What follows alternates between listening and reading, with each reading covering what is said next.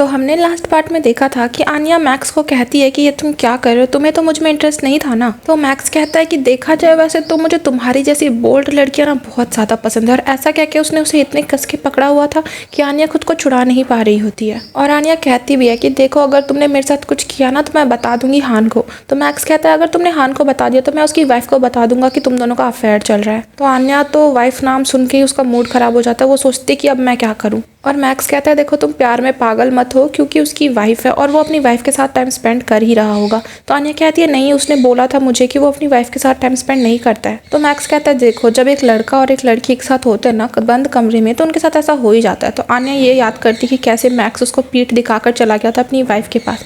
ये सोच के तो उसे और भी बहुत ज़्यादा बुरा लग रहा होता है। और आनिया मैक्स से पूछती है कि क्या तुम्हें मेरे साथ सोना है। तो मैक्स सोचता है कि हाँ चलो अब तुम्हें कुछ कुछ बातें शायद समझ में आ रही हैं। तो आनिया कहती है सोने की बात तो छोड़ो, लेकिन तुम मुझे किस बस कर सकते हो। तो मैक्स भी उसके पास आता है किस करने के लिए और कहता है कि सोच लो, तुमने खुद ही कहा है बाद में मुझे कुछ मत कहना। और उसके बाद वो उसे पकड़ कर दीवार पे लगाकर किस करने लग जाता है। तो आनिया उसे दूर करती है और कहती है मुझे सांस तो लेने दो, तुम क्या भूखे हो किस के लिए, इतना जोर से किस कर रहे हो मुझे। मैक्स कहता है कि हाँ मैं तुम्हारे किस के लिए भूखा था और तुम बहुत अच्छा किस करती हो। तो आनिया कहती है कि मुझे हान ने सिखाया है। तो मैक्स ये सुन के बहुत ज़्यादा चिढ़ जाता है, गुस्से में आ जाता है। और मैक्स कहता है कि अपना मुंह बंद कर, तुझे उसके बारे में बोलने किसने बोला। ये बोल के उसे पकड़कर ज़बरदस्ती किस करने लग जाता है। और फिर जैसे ही आनिया उसे दूर करती है देखती है कि जो मैक्स है ना वो बहुत ज़्यादा शर्मा रहा होता है। तो आनिया सोच रही होती है कि शर्मा क्यों रहा है, पहली बात इसने मुझे किस किया और अब खुद ही शर्मा रहा है, अजीब है। आनिया पूछती है मैक्स से तो बस हो गया ना, एक ही किस के बारे में मैंने कहा था और तुम इतना शर्मा क्यों रहे हो, तुम नहीं मुझे किस किया, मैंने तुम्हें नहीं, ठीक है ना।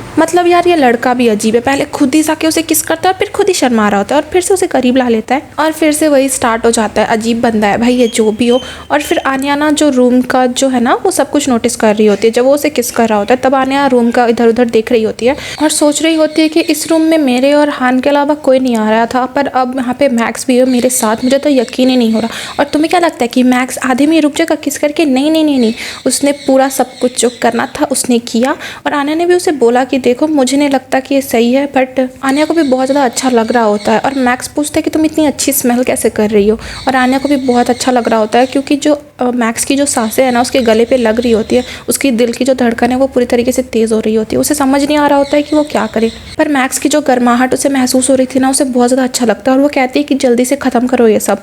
मैक्स कहता है कि हाँ मैं ख़त्म तो कर दूंगा, पर एटलीस्ट तुम प्यार से तो कहो ख़त्म करना है, तुम्हें ऐसा लग रहा है कि मैं तुम पे कोई आसान कर रहा हूँ। आनिया कहती है कि ठीक है। और यहाँ पे सीन कट हो जाता है, मतलब उनका सब कुछ खत्म हो जाता है। और फिर उस दिन से ना आनिया ने मैक्स को टोटली अवॉइड करना स्टार्ट कर दिया था कॉलेज में। मतलब वो ना मैक्स से टकराना भी नहीं चाहती है। और तभी कॉलेज के कुछ बच्चे ना कार के बारे में बात कर रहे होते हैं। मतलब वहाँ पे एक महंगी सी कार आई होती है और अचानक से आनिया को आवाज़ आती है हान की और वो इधर उधर देखने लग जाती है। मतलब उसने ना हान को पूरी तरीके से अवॉइड कर दिया था उस दिन के बाद, जिस दिन से वो उसे छोड़ कर गया था। और हान आनिया के पास आता है और उसे पूछता है कि तुम मुझे अवॉइड क्यों कर रही हो, तुम मेरे मैसेजेस का रिप्लाई क्यों नहीं कर रही हो। आनिया कहती है तुम तो अपनी वाइफ के पास गए थे ना, उधर जाओ, मेरे पास मत आओ। ऐसा बोल के वो गुस्सा करने लग जाती है। पर हान उसे धीरे से पकड़ता है और कहता है तुम मेरी बात सुनो, मैंने तुम्हें कहा है ना जब भी हमारे बीच ऐसा कुछ हो तो तुम ऐसा रिएक्ट मत किया करो, मुझे ये बिल्कुल भी पसंद नहीं है। आनिया कहती है मुझे भी नहीं पसंद कि तुम मुझे पीठ दिखाकर चले जाओ अपनी वाइफ के पास, अभी भी जाओ उसी के पास, मेरे पास मत आओ। ऐसा बोल के वो बहुत ज़्यादा रोने के जैसे हो जाती है और आनिया जाने की कोशिश कर रही होती है, पर हान उसे नहीं छोड़ रहा होता है। आनिया कहती है कि मुझे छोड़ दो, मुझे जाने दो, मैंने कहा ना तुम अपनी वाइफ के पास जाओ, मेरे पास मत आओ। क्योंकि आनिया कोई बात नहीं सुन रही होती है, इसलिए हान थोड़ी सी अपनी आवाज़ बढ़ाकर उसे समझाने की कोशिश करता है। पर क्योंकि वो बहुत ही ज़ोर से बोलने लग जाता है तो आसपास के जो लोग होते हैं ना वो उसकी तरफ देखने लग जाते हैं। तो हान कहता है आनिया से कि देखो मैं यहाँ पे कोई सीन नहीं करना चाहता, इसलिए मुझे लगता है कि हमें कार में जाके बात करनी चाहिए।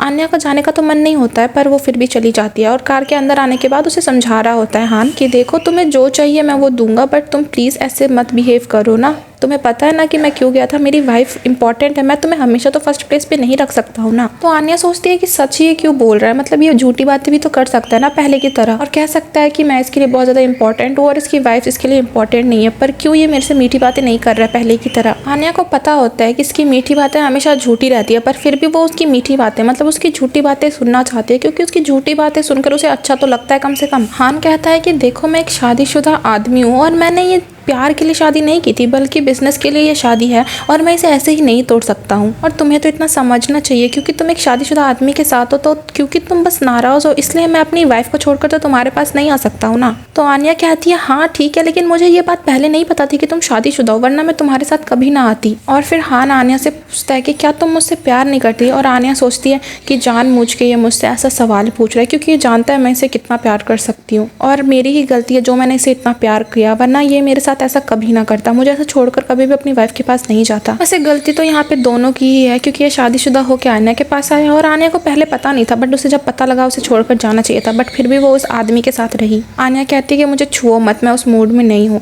तो मैक्स कहता है ठीक है मैं तुम्हें नहीं छूऊंगा, जैसी तुम्हारी मर्जी। तो आन्या कहती है कि चलो हम मिलकर एक मूवी देखेंगे, ठीक है। तो हान कहता है कि ठीक है हम मूवी भी देखेंगे और तुम्हें और क्या करना है मुझे ये बताओ, क्योंकि आज मैं फ्री हूँ और मैं पूरा दिन तुम्हारे साथ बिताऊंगा। ऐसा बोल के वो उसे किस करने लग जाता है और आन्या भी किस करने के लिए तैयार हो जाती है। पर किस के बीच में ही उससे मैक्स की बातें याद आती है कि मैक्स ने कैसे उसे कहा था कि जो तुम्हें बुरा ट्रीट करे उसके साथ मत रहो और उसके बदले तुम मेरे साथ टाइम स्पेंड करो। पर आन्या को कुछ समझ नहीं आ रहा होता है कि वो किसके साथ रहे और किसके साथ नहीं, क्योंकि वो हान से प्यार तो करती थी पर हान उसकी रेस्पेक्ट बिल्कुल नहीं करता था। उसके बाद हान मैसेज करता है आन्या को और कहता है कि तुम्हारा ग्रुप प्रोजेक्ट है ना, उसमें अच्छे से काम करना। तो आन्या कहती है मुझे ज़्यादा मेहनत करने की ज़रूरत नहीं है, बल्कि तुम्हें ज़्यादा मेहनत करने की ज़रूरत है क्योंकि मैं बहुत ज़्यादा एक्सपेंसिव वुमेन हूँ। तो हान कहता है कि तुम सिर्फ पैसे उड़ाने पे फोकस करो, मैं कमा ही लूँगा पैसे। फिर आन्या याद करती है कि उस ग्रुप प्रोजेक्ट में तो मैक्स भी है और मैक्स के साथ उसने जो किया था पिछले बार, उसके बाद से तो उसने मैक्स को देखा भी नहीं है और वो मैक्स से मतलब वो मैक्स का आमना सामना भी नहीं करना चाहती है, पर उसे ना चाहते हुए भी मैक्स से मिलना पड़ेगा। और क्योंकि उसका उस दिन मूड बहुत ही ज़्यादा ख़राब था इसलिए उसने ऐसा कर दिया, पर वो बहुत ज़्यादा पछता रही है कि क्या करेगी वो, और सोचती है कि मुझे उस चीज़ के लिए हाँ कभी भी नहीं कहनी चाहिए थी। और तभी वहाँ पे उसका एक जूनियर ग्रुप का मेंबर आता है और कहता है कि लगता है यहाँ पे कोई नहीं आ गया, देखो मैं आ चुका हूँ। आन्या देखती है कि ये कौन है और फिर उसे अच्छा नहीं लगता है कि जिस तरीके से उसने हाथ रखा था, इसलिए वो उसका हाथ जो है ना झटक देती है और कहती है कि तुम्हें क्या लग रहा है कि तुम क्या करने की कोशिश कर रहे हो। तो वो जो जूनियर होता है वो कहता है कि लगता है कि मैंने तुम्हें डरा दिया। तो आन्या कहती है ऐसे ही बिना कुछ बोले आके किसी को टच कर लेना मुझे नहीं लगता है कि ये कोई सही तरीका है, तुम्हारे मैनर्स नहीं है क्या तुम्हारे पास। और वो जूनियर कहता है कि हाँ तुम बहुत अच्छा मजाक कर लेती हो। ऐसा कहकर वो बैठने लग जाता है और आन्या याद करती है कि कैसे उसने उसे पिछली बार छुआ था और ब्रा को भी टच किया था, तो ये चीज़ उसे अच्छी नहीं लगती और वो सोचती है कि जानबूझ के ये ऐसा कर रहा है और उससे दूर रहने का सोचती है आन्या। मैं होती तो कहती आन्या को कि एक रख के दे इस लंगूर को, पर वो लंगूर चले जाता है लेने के लिए कॉफ़ी और कहता है कि मैं आता हूँ। तभी यहाँ पे हमारे हीरो नहीं मैक्स की एंट्री होती है जो कॉफ़ी लेके आया होता है आन्या के लिए और कहता है हाँ आज बहुत गर्मी है। तो आन्या कहती है अरे ये मेरी कॉफ़ी है और वो देखती है कि ये तो मैक्स है और मैक्स कहता है कि तुम मुझे लगता है अवॉइड करने की कोशिश कर रही हो क्योंकि उस दिन के बाद से तो हमारी बात भी नहीं हुई है। तो आन्या अनजानी बनने का नाटक करती है और कहती है अरे तुम क्या कह रहे हो, मुझे तो कुछ समझ नहीं आ रहा और भला मैं तुम्हें अवॉइड क्यों करूँगी। और कहती है कि मेरे पास तो कोई भी वजह नहीं है कि मैं तुम्हें इग्नोर करूँ या फिर अवॉइड करूँ। तो हाँ मैक्स कहता है कि फिर तुम इतने हकलाते हुए क्यों बोल रही हो और पूछते कि क्या ये तुम्हारा बैग है। तो आन्या कहती है हाँ। फिर मैक्स एक आंख मारता है और कहता है मुझे तो लगा था कि तुम ना वापस उस बुढ़े के पास चली गई हो, लगता है कि तुम्हारा मूड बहुत ही ज़्यादा अच्छा है, अच्छी बात है तुम उस कमीने के पास नहीं गई। आन्या फिर गुस्से वाला मुंह बनाती है और कहती है कि क्या तुमने मेरे हान को बुढ़ा और कमीना कहा, तेरी हिम्मत कैसे हुई, तेरे मैनर्स कहाँ पे है, तुझे इतना भी नहीं पता, वही तो यार कितना हैंडसम है हमारा हान। फिर मैक्स ना कहता है कि तुम्हारा रिएक्शन देख के तो लगता है कि तुम और वो बुढ़े पक्का एक साथ रीयूनियन हो गया है तुम दोनों का। आन्या कहती है देख तू मजाक करना बंद कर और मेरे हान को बुढ़ा कहना बंद कर, तेरे पास कोई हक नहीं है कि तू उसे कुछ भी बोले। और तभी वहाँ पे वो जूनियर आता है, बैग उठाता है और कहता है अरे तुम कब आए, यानी कि वो मैक्स को कह रहा होता है और मैक्स से पूछता है कि तुम्हें कौन सी कॉफ़ी चाहिए, मैं तुम्हारे लिए लेकर आ जाता हूँ। और आन्या देखती है हाँ ये मैक्स को तो बड़ी इज्जत दे रहा होता है पर मेरे को तो इतनी गंदी तरीके से छू रहा था, इसको तो सबक सिखाना ही पड़ेगा साला, ऐसा करके सोच रही होती है आन्या। फिर जो मैक्स होता है वो आन्या को एक आंख मारता है प्यारी सी, यार कितना क्यूट बंदा है, और फिर वो कहता है कि ये तुम्हारी कॉफ़ी मेरी तरफ से। तो आन्या एक सड़ा सा मुंह बनाती है और मैक्स सोचता है कि हाँ ये खूबसूरत तो है पर इसका एटीट्यूड प्रॉब्लम बहुत ही ज़्यादा है। और आन्या कह रही होती है मेरे पास पहले से ही कॉफ़ी और मुझे कोई ज़रूरत नहीं है तुम्हारे ऑफ़र की। आन्या कहती है कि मुझे पता है कि मैं खूबसूरत हूँ। फिर मैक्स कहता है आन्या से कि वैसे पता है कल रात ना तुम मेरे सपने में आई थी और तुम बहुत ही ज़्यादा अच्छी लग रही थी, मैं तो कंट्रोल ही नहीं कर पा रहा था सपने में भी। तो आन्या कहती है तुम क्या बकवास कर रहे हो। मैक्स कहते हैं हाँ तुम बहुत ही ज़्यादा खूबसूरत लग रही थी मेरे सपने में, वैसे असलियत में तो तुम उससे ज़्यादा खूबसूरत हो। पर आन्या फिर उसे चुप कराते हुए कहती है कि अरे तू ना बहुत ही ज़्यादा अजीब है, तू बकवास बातें मत कर, वो जो हुआ था ना वो गलती से हो गया था ठीक है, और मैं और हान एक दूसरे के साथ खुश है, इसलिए तू ना अपनी टांग मत अड़ा बीच में, ठीक है। तो मैक्स कहता है कि जब हम दोनों एक दूसरे के साथ टाइम स्पेंड कर रहे थे तब तो ऐसा कुछ नहीं लग रहा था, पर तभी वहाँ पे बीच में आ जाता है वो जूनियर लड़का कॉफी पकड़ के। तभी दरवाजा खुलता है और जो चौथी मेंबर होती है ना इनके ग्रुप भी, वो भी वहाँ पे आ जाती है और कहती है कि लगता है पहले ही सब लोग आ चुके हैं और मैं लेट हो चुकी हूँ। आन्या सोच रही होती है अरे यार मैं कहाँ फंस गई और ये मैक्स भी मेरा पीछा नहीं छोड़ रहा है, जल्दी से मुझे घर जाना है, मुझे ये मीटिंग नहीं करनी है। और आन्या आ जाती है घर, मतलब हान के अपार्टमेंट में, और आन्या देखती है कि हान ऑलरेडी उस कमरे में है। तो हान कहता है कि शुक्र है कि तुम अच्छे से पहुंच गई। तो आन्या कहती है कि क्या मतलब, मैं तुम्हारे इस अपार्टमेंट में बहुत टाइम से आ रही हूँ और मैं कोई छोटी बच्ची नहीं हूँ जो मैं गुम हो जाऊंगी। हान कहता है कि मेरा मतलब ये नहीं था, क्योंकि तुम्हारे अपार्टमेंट में हम मिल रहे थे बहुत टाइम से, इसलिए मुझे लगा कि शायद तुम इस अपार्टमेंट का जो रास्ता है, एड्रेस है, भूल चुकी होगी। आन्या कहती है कि नहीं ऐसी कोई बात नहीं है। और आन्या कहती है तुम काम करने वाले हो तो फिर तुमने मुझे क्यों बुलाया यहाँ पे। तो हान कहता है कि देखो तुम्हारे जैसे एक्सपेंसिव वुमेन को मुझे तो हान कहता है कि देखो तुम्हारे जैसे एक्सपेंसिव वुमेन को मैं संभाल रहा हूँ तो तुम्हारे लिए तो मुझे काम करना ही पड़ेगा ना। अन्या फिर कहती है हाँ ये बात भी तो सही है, लेकिन तुमने ये चश्मा क्यों पहना है, मैंने तो तुम्हें कभी पहले चश्मा पहनते हुए नहीं देखा है। तो हान पूछता है कि अच्छा कैसा लग रहा हूँ मैं बताओ। तो अन्या कहती है ये थोड़ा सा डिस्ट्रैक्टिंग है, मतलब उसका तो मन ही कुछ और करने लग जाता है हान को चश्मे में देखकर। तो हान कहता है कि अपना मुंह बंद करो और मुझे काम करने दो और फालतू के कमेंट्स मत करो। और कहता है कि तुम्हें तुम्हारे कॉलेज पे ना थोड़ा ज़्यादा ध्यान देना चाहिए, मैं तुम्हारी ट्यूशन फीस भी भर रहा हूँ, तो मैं अगर तुम्हारी जगह होता ना तो मैं अच्छे से पढ़ाई कर रहा होता, ना कि यहीं वहीं घूम रहा होता। तो अन्या कहती है तुमने मुझे बुलाया है। अन्या फिर कहती है अरे मुझे भूख लग रहा है। तो मैक्स कहता है कि मैं तुम्हारे लिए रूम सर्विस बुलाऊँ क्या, वो ला देंगे तुम्हारे लिए खाना। तो अन्या कहती है नहीं तुम मुझे तुम्हारा फ़ोन दो, मैं ऑर्डर कर लेती हूँ मुझे जो चाहिए। तो हान कहता है नहीं मैं तुम्हारे लिए ऑर्डर कर देता हूँ, तुम बताओ क्या खाओगी। तो अन्या कहती है कि मुझे ना कुछ स्पाइसी खाना है। तो हान कहता है कि देखो मेरे लिए स्पाइसी खाना कुछ अच्छा नहीं होगा, वरना मैं सीधा स्वर्ग पहुँच जाऊँगा। अन्या कहती है कि ऐसी बातें मत करो, मुझे ऐसा फील होता है कि तुम मेरे से बहुत ज़्यादा ओल्ड हो। तो हान कहता है कि अरे इतनी ज़्यादा कमज़ोर भी मत बनो, तुम्हें तो पता है ना कि मैं तुम्हारे लिए कितना पागल हूँ। आन्या कहती है कि हाँ मैं जानती हूँ, ठीक है तुम जो कर रहे हो वो काम कर लो, तब तक मैं खा लूँगी, पर उसके बाद मुझे तुम्हारा पूरा अटेंशन चाहिए, ठीक है ना। तो हान कहता है हाँ मैं तुम्हारा ही तो हूँ, और आन्या को चिढ़ाने लग जाता है। तो आन्या को गुस्सा आ रहा होता है और वो कह रही होती है कि क्या तुम्हें ये सब मजाक लग रहा है, तुमने मेरे साथ जो पहले किया उसके बाद तुम ऐसे मजाक कैसे कर सकते हो, ये बोल के उसके ऊपर चिढ़ जाती है। हान फिर कहता है कि अरे मैंने तुम्हें इतना ज़्यादा नाराज़ कर दिया क्या, मुझे नहीं पता था। और कहता है कि तुमने खाया नहीं है ना इसलिए तुम्हारा मूड खराब है। आन्या तो उसे जोर से दांत से काट देती है और कहती है देखो तुम मुझे ना गुस्सा मत दिलाओ, ठीक है ना, और अगर तुमने मुझे और गुस्सा दिलाया ना तो मैं क्या करूँगी मुझे भी नहीं पता है। और ऐसा लग रहा होता है आन्या के अंदर कांचना ही घुस गई है, पर हाथ ऊपर करता है हान और माफ़ी मांगता है और कहता है देखो मैं सरेंडर करता हूँ, मुझे प्लीज़ माफ़ कर दो, मेरी गलती थी, पर अगली बार से ऐसा कुछ भी नहीं होगा। और कहता है तुम्हें नहीं पता मैं तुम्हारे लिए कितना ज़्यादा पागल हूँ और मैं ना कितने देर से कंट्रोल कर रहा हूँ, मेरे से और कंट्रोल नहीं हो रहा है। और आन्या पूछती है कि तुम क्या ये चश्मा पहन के ही रखने वाले हो, और ये क्या चश्मा तुम्हें डॉक्टर ने बोला है पहनने के लिए। तो हान कहता है हाँ ये काम पे डॉक्टर ने कहा है मुझे पहनने के लिए। और आन्या कहती है ठीक है पहन के रखो, इससे तुम मुझे अच्छे से देख पाओगे। और फिर उसके ऊपर चढ़ी रहती है। तो हान कहता है कि तुम मेरे ऊपर चढ़ के ही रहने वाली हो क्या। तो आन्या कहती है मुझे तो लगा था कि तुम्हें ये पसंद है। और फिर ये लोग जो अपना कार्यक्रम होता है वो कर रहे होते हैं, तुम समझ जाओ, ठीक है ना। उसके बाद आन्या पूछती है हान से कि तुम्हें कैसा लगा था मुझसे पहली बार मिलके।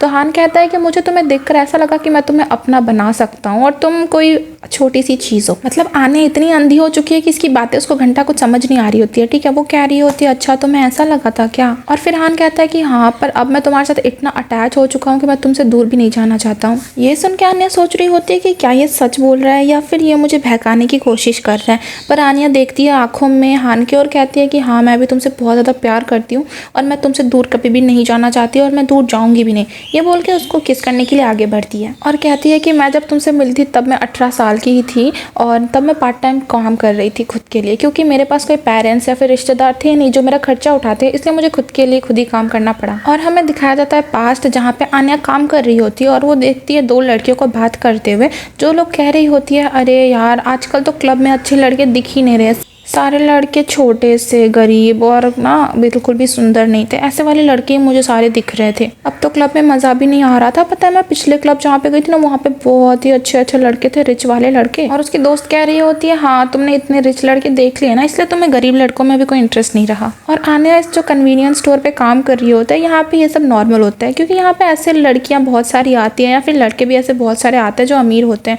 हैवी परफ्यूम पहन के रहते हैं और अच्छे अच्छे ब्रांड के कपड़े बैग्स लेकर लेकर घूम रहे होते हैं। आनिया तो बहुत ही ज़्यादा शुक्रगुजार होती है क्योंकि उसे इस कन्वीनियंस स्टोर पे जॉब मिल गई होती है और तभी उसके पास वो लड़की आती है पे करने के लिए और आनिया देखती है कि आज उस लड़की ने एक नया बैग लेकर आई होती है। सोच रही होती है कि इसके पास कितने सारे बैग्स हैं, ये हर दिन नए नए बैग्स लेकर आती है और ये तो बहुत ही ज़्यादा महंगा भी दिख रहा है। और सोचती है कि क्या ये लड़कियां कभी भी सोचती है अपने खर्चों के बारे में या फिर ऐसा कुछ, और सोचती है कि काश मेरे पेरेंट्स अगर अमीर होते ना तो मेरी ऐसी लाइफस्टाइल नहीं होती, पर मेरे पास तो पेरेंट्स भी नहीं है, छोड़ो मैं क्या सोच रही हूँ। आनिया सोचती है कि अगर मैंने एक ऐसा बैग ले भी लिया जो कि मेरे पूरे सेमेस्टर का पैसा खा जाएगा तो मैं क्या करूँगी, और आखिर में मैं उस बैग को बेच ही दूंगी, इसलिए मेरे लिए अच्छा है कि मैं इन सब के बारे में ना सोचूं। तभी वहाँ पे और एक कस्टमर आती है जो फ़ोन पर बात कर रही होती है और फ़ोन की दूसरी तरफ एक लड़की कह रही होती है सॉरी मैं नहीं आ पाऊँगी, पर जो इस तरफ लड़की होती है वो कहती है देखो यार मैंने कितनी मेहनत से वीआईपी टिकट बुक किया था, प्लीज़ तुम आओ ना, ऐसे मेरी टिकट पैसे वेस्ट मत करो। पर उसकी दोस्त जो होती है वो कहती है सॉरी मैं नहीं आ पाऊँगी, तो मैनेज कर लो ना, और फ़ोन कट कर देती है। और आनिया भी ये सब सुन रही होती है और तभी वो जो लड़की होती है वो पूछती है कि आज दुकान इतनी देर तक खुला हुआ है, बहुत सारे कस्टमर्स होंगे ना इसलिए। तो आनिया कहती है हाँ बहुत सारे कस्टमर्स थे इसलिए अभी तक बंद नहीं किया और अभी बंद ही करने वाली हूँ। तो ये लड़की पूछती है कि इसके बाद तुम्हें और कोई काम है क्या, और वो लड़की ने जो सामान दिया होता है वो कैश दे रही होती है। तो आनिया गिन रही होती है कि कितने पैसे दिए और कितने नहीं, और वो लड़की जो होती है वो घूर रही होती है। तो आनिया उससे पूछती है कि मैं तुम्हारी किसी और तरीके से मदद कर सकती हूँ क्या। तो वो लड़की कहती है अरे यार मैं अकेली हूँ क्लब जाने के लिए और मैंने वीआईपी टिकट बुक किया है, तो प्लीज़ क्या तुम मेरे साथ चलोगी, और क्या तुम 18 साल की हो। तो आनिया कहती है हाँ मैं 18 साल की तो हूँ। तो वो लड़की कहती है हाँ बेस्ट रहेगा, चलो मैं तुम्हें क्लब लेकर चलती हूँ। आनिया कहती है कि मैं कभी क्लब नहीं गई हूँ इससे पहले। तो वो लड़की कहती है अरे बहुत मज़ा आएगा, प्लीज़ चलो ना, और कहती है कि तुम मुझे अपनी एक अच्छी दोस्त जो तुमसे बड़ी है वो सोच लो, अच्छा है ना कि तुम क्लब जाओ तुम्हारी दोस्त के साथ, पहली बार पहला ड्रिंक तुम्हारे एक दोस्त के साथ होगा ना कि किसी अनजाने के साथ, तो प्लीज़ तुम चलो ना। आनिया बहुत ज़्यादा सोच रही होती है कि वो ना जाए क्योंकि वो ऐसी जगह पर कभी गई नहीं है, पर क्योंकि वो लड़की बहुत ज़्यादा ना फोर्स कर रही होती है कि प्लीज़ प्लीज़ रिक्वेस्ट कर रही होती है, इसलिए आनिया एट लास्ट हाँ ही कह देती है क्योंकि उसके पास और कोई चारा नहीं होता। जब कोई इतना रिक्वेस्ट करेगा तो मना कैसे कोई कर भी कैसे सकता है। और वो लड़की भी कहती है कि हाँ तुम अगर मना करती ना तो ये बहुत रूड साउंड करता, वैसे भी मैं तुम्हें तुम्हारे घर ड्रॉप कर दूंगी क्लब से आने के बाद, ठीक है, तो प्लीज़ चलो ना। और फिर आनिया कहती है कि हाँ ये पहली बार था जब मैं क्लब गई थी और मैंने देखा कि क्लब में बहुत ज़्यादा लोग थे और बहुत ज़्यादा शोर था, जैसा मैंने इमेजिन भी नहीं किया था। मुझे तो लगा था कि कम लोग होते होंगे, और क्योंकि उसके अगले दिन संडे था इसलिए सब लोग बहुत ज़्यादा एंजॉय कर रहे थे। तभी वहाँ पे एक वेटर आता है, तो मैं उस जो बड़ी लड़की है ना उसको बूढ़ी अम्मा कहूँगी, ठीक है, तो उस बुढ़ी से पूछता है कि क्या ये लड़की 18 साल की है जो तुम इसे लेकर आई हो यहाँ पे। तो वो बुढ़ी कहती है हाँ आनिया 18 साल की है, तभी तो वो इस गेट से पास कर पाई ना, वरना ये कैसे आती है अंदर, तुम भी क्या बात कर रहे हो। और ये वेटर तो मुझे हान की तरह दिख रहा था पर ये हान नहीं है, ठीक है। और ये वेटर कहता है हाँ वैसे तो ये बहुत ही ज़्यादा यंग है ना इसलिए मुझे ऐसा लगा। इसके बाद ये दोनों जो है बातें करने लग जाते हैं और आनिया देखती है कि यहाँ पे सारे लोग जो भी है ना, लड़की हो या लड़का हो, टल्ली होकर पागलों की तरह नाच रहे थे। कोई उल्टी कर रहा था, कोई गिर रहा था, तो कोई कुछ कर रहा होता है, ठीक है। उसकी जो बुढ़ी दोस्त होती है वो तो किधर गायब हो चुकी होती है किसी लड़के के साथ, और तभी वो वेटर लड़का आता है और कहता है कि देखो जो तुम्हारी बुढ़ी दोस्त है ना उसने मुझे कहा तुम्हारा ख्याल रखने के लिए, और तुम यहाँ पे पहली बार रहे हो ना इसलिए मैं चलो तुम्हें एक रूम में लेकर चलता हूँ, वहाँ पे ही वो बुढ़ी है और तुम वहाँ पे आके उससे थोड़ी बात कर लेना और तुम वहाँ पे टाइम स्पेंड करना मेरे साथ। और आनिया को उस बुढ़ी के पास लेके चले जाते हैं और आनिया देखती है कि कैसे वहाँ पे सारी जो लड़कियाँ हैं वो लड़कों से चिपक रही हैं और उनके साथ टाइम स्पेंड कर रही है। और तब और ये बुढ़ी आनिया से कहती है तुम्हें कोई प्रॉब्लम तो नहीं हो ना, मैं इसके साथ जा रही हूँ टाइम स्पेंड करने के लिए, तो तुम यहाँ पे ठीक से रहना, ठीक है। आनिया सोचती है कि क्या ये मुझे यहाँ पे अकेला छोड़ के जाने वाली है, वो बहुत ज़्यादा घबरा जाती है पर वो कुछ नहीं कहती है। और यहीं पे सारे बुढ़े बुढ़े लड़के होते हैं, ठीक है, उनके बीच में वो वेटर होता है और वो वेटर कहता है कि इसके लिए मैं किसी यंग लड़के को बुला देता हूँ क्योंकि ये बहुत ज़्यादा यंग है ना। आनिया भी सोच रही होती कि क्या मुझे यहाँ पे आना चाहिए था, मुझे तो बहुत ही ज़्यादा अजीब लग रहा है, ये जगह तो मेरे लिए बनी ही नहीं है। और वहाँ पे और भी कुछ बुढ़े लोग थे, मतलब एक था यंग लड़का था, तो वेटर ने कहा कि आप इनके साथ टाइम स्पेंड कर सकते हैं क्योंकि इनका कोई पार्टनर नहीं आया है। तो आनिया देखती कि वो कौन है, वो और कोई नहीं बल्कि हान होता है। और हान ना बुलाता है आनिया को और उसके बगल में बैठ जाती है आनिया, और हान पूछता है कि तुम क्या पीना पसंद करोगी। तो आनिया कहती है कि मेरे लिए ना बियर ठीक रहेगी। आनिया सोचती है कि यहाँ पे चुपचाप बैठने से तो अच्छा ही है कि मैं पी लूँ ताकि मुझे ज़्यादा अजीब ना लगे इन लोगों के बीच में। हान जिसने अपने लिए विस्की बनाई होती है पर आनिया की बात सुन के उसके लिए बियर भी बना रहा होता है। और आनिया देखती है कि हान के हाथ में जो वॉच है वो एक सोवर वॉच है, यानी कि वो बहुत ही ज़्यादा महंगी होगी। और आनिया सोचती है कि शायद उसने एक कोई चमकती हुई चीज़ भी देखी, शायद वो उसके हाथ में कोई रिंग थी, पर वो सोचती है कि नहीं उसके दोस्त भी यहाँ पे इसे घसीट कर लाए हैं तो शायद ये शादीशुदा ना हो। और उसके बाद आनिया बताती है कि वो 18 साल की है क्योंकि हान ने उससे पूछा था कि वो कितने साल की है। के। और ये सुन के तो हान शॉक हो जाता है कि क्या ये 18 साल की है और ये यहाँ पे क्या कर रही है। और तभी जो हान होता है वो अपनी रिंग भी हटा देता है अपने हाथों से। आन्या पूछती कि क्या मैं तुम्हारी कॉफ़ी पोंछने में हेल्प करूँ, पर हान कहता है कि नहीं नहीं मैं ठीक हूँ। फिर हान उससे पूछते कि क्या इससे पहले तुम कभी क्लब गई हो या फिर तुमने कभी वाइन विस्की या फिर बियर पी है। तो आन्या कहती है नहीं मैंने ऐसा कुछ भी नहीं किया है, ना ही मैंने कभी ऐसा कुछ पिया है। और आन्या देखती है कि उसके हाथ में तो कोई भी रिंग नहीं है। और हान सोच रहा होता है कि अच्छा तो इसने कभी भी ये सब कुछ नहीं किया है। मतलब तुम समझ रहे हो इसका प्लान, मुझे तो समझ आ रहा है भाई इसका प्लान कि इसने रिंग क्यों हटा दी, क्योंकि ये इसे फंसाना चाहता है, मतलब इसे अपना बनाना चाहता है अगर हम कहें तो। और ये बुढ़ी वहाँ से जाते जाते कहती है कि तुम मज़े करना। आन्या सोचती है कि ये भगवान क्या बोल रही है ये। और हान पूछता है आन्या से कि क्या तुमने कभी सिगरेट पी है या फिर तुम स्मोक करती हो। तो आन्या कहती है नहीं वो बहुत ज़्यादा एक्सपेंसिव है तो मैं ऐसे हैबिट्स नहीं रख सकती। तो हान के चेहरे पर एक टेढ़ी मुस्कान आती है। वो पूछता है कि क्या तुम्हारे पास पैसों की कमी है। तो आन्या कहती है हाँ मेरे पास कभी पैसे थे ही नहीं, मैं हमेशा अपनी कॉलेज की फ़ीस हमेशा खुद ही भरती हूँ और हमेशा मैं पैसों की तंगी में रहती हूँ। और हान कहता है कि लगता है कि तुम्हारे टाइप नहीं हूँ मैं, मतलब मैं थोड़ा सा ओल्ड हूँ ना इसलिए। तो आन्या सोचती है कि क्या ये ओल्ड है, मुझे तो नहीं लगता इसे देखकर कि ये ओल्ड है। हान पूछता है कि क्या हुआ तुम चुप क्यों हो गई। तो आन्या कहती है देखो मैं इतनी भी बेवकूफ़ नहीं हूँ जो मैं तुम्हारे साथ कोई कुछ करने का सोचूंगी। तो हान कहता है ऐसा क्यों भला। तो आन्या कहती है मैंने तुम्हें देखा है, तुम्हारा महंगा सूट, तुम्हारी महंगी वॉच, तुम्हारे जैसे इंसानों के साथ अगर मैं इन्वॉल्व हो गई तो मेरे लिए ही परेशानी खड़ी हो सकती है। पर फिर हान कहता है लेकिन मैं तो तुम्हें अपना बनाना चाहता हूँ और मैं तुम्हें बहुत ज़्यादा इंटरेस्टेड हूँ। तो गाइस तुम लोगों को अब समझ आया कि हान ने कैसे फंसाया था आन्या को। और आन्या को ये सब स्टार्टिंग में नहीं पता था कि वो शादीशुदा है, पर आगे क्या होने वाला है ये देखने के लिए आप मुझे सब्सक्राइब कर लीजिए और लाइक करना मत भूलना। बाय।